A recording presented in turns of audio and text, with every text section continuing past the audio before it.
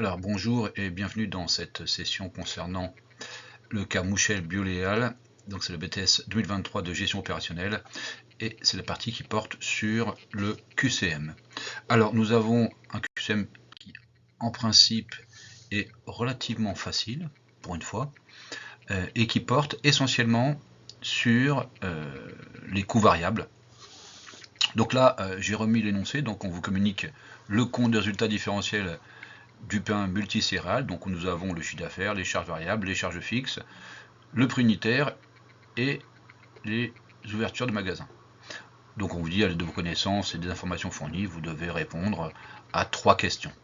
Donc sur le point de départ, c'est relativement simple. Donc moi, ce que j'ai fait, c'est j'ai reproduit le compte de résultat différentiel, j'ai rajouté une colonne, la colonne pourcentage, et on va voir comment on va pouvoir répondre aux 3 questions qui nous sont posées. Donc la première question, c'était le chiffre d'affaires du pain à partir duquel l'entreprise commence à dégager des bénéfices. Donc cette question, elle fait référence à quoi? Elle fait référence au seuil de rentabilité en euros. Soit je vais marquer traduction, c'est pour qu'on ait un peu le sens de l'exercice. Le seuil de rentabilité en euros, il faut connaître la formule, hélas, puisqu'on ne peut rien mettre dans les calculatrices. Donc la formule, c'est charge fixe divisé par taux de marge sur coût variable.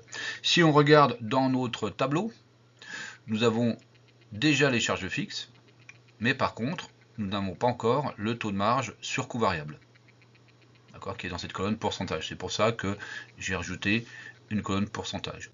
On pouvait faire l'exercice sans faire le tableau comme je suis en train de le faire, mais par souci de simplification et pour une meilleure compréhension, j'ai choisi cette méthode-là.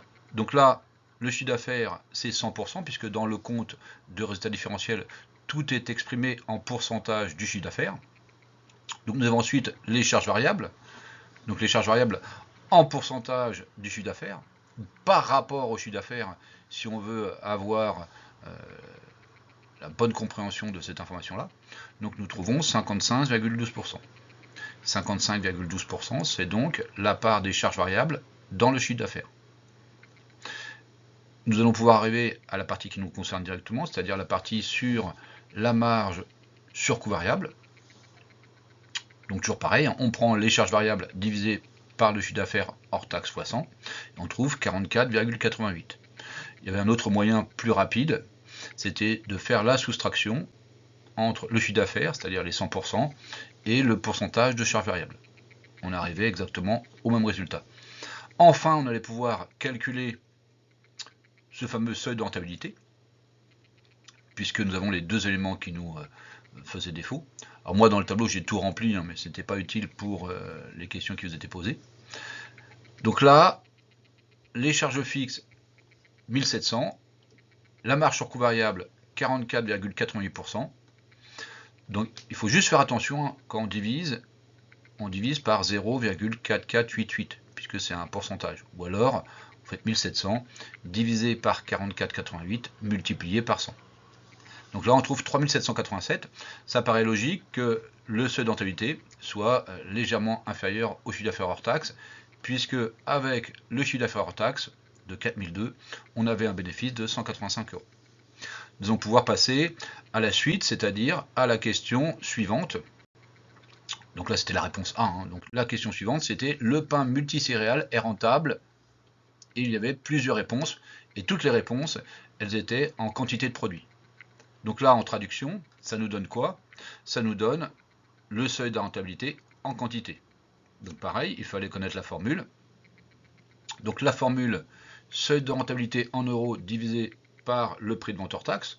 C'est pour ça qu'au tout début de l'énoncé, je vous ai donné le prix de vente hors taxe. Le seuil de rentabilité en euros, on l'avait calculé juste avant. Donc là, il suffit juste d'appliquer la formule. Donc seuil de renta en quantité, 3787,88 divisé par 2,23, et on trouvait 1699. Donc il faut faire 1699 pains multicéréales pour atteindre le point d'équilibre. Donc là, ça correspondait à la réponse 2C dans l'énoncé. Troisième, pour la dernière partie de ce QCM, donc c'était le chiffre d'affaires qui permet de couvrir la totalité des charges.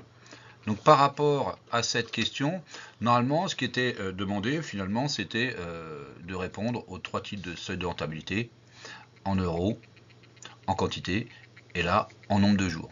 Puisqu'en plus, toutes les réponses sont en jours, donc là, on sait que ça fait référence au seuil de rentabilité en jours. On appelle aussi le point mort. Donc là, la formule, seuil de rentabilité en euros divisé par chiffre d'affaires hors taxe fois 100, enfin pas fois 100, fois 300, pardon. Là, il y a un petit piège, puisque dans l'énoncé, on indique bien que le magasin est ouvert 300 jours, alors que c'est vrai que traditionnellement, dans les sujets, on part sur une année comptable, 12 mois de 30 jours, et ça fait 360. Donc là, bon, petit piège à éviter. Donc bon, après, je ne sais pas dans quelle mesure, si on met 360, vous serez fortement sanctionné, puisque le principe aujourd'hui, c'est l'acquisition de la compétence. Et si je l'ai mis 360, c'est juste que je n'ai pas fait assez attention à l'énoncé, mais vous avez quand même réfléchi de façon cohérente.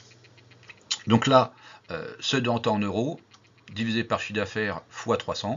Donc là, on va trouver 271 jours, si on arrondit au supérieur. Donc voilà, donc sur 300 jours où le magasin est ouvert, on va être rentable au bout du 271e jour.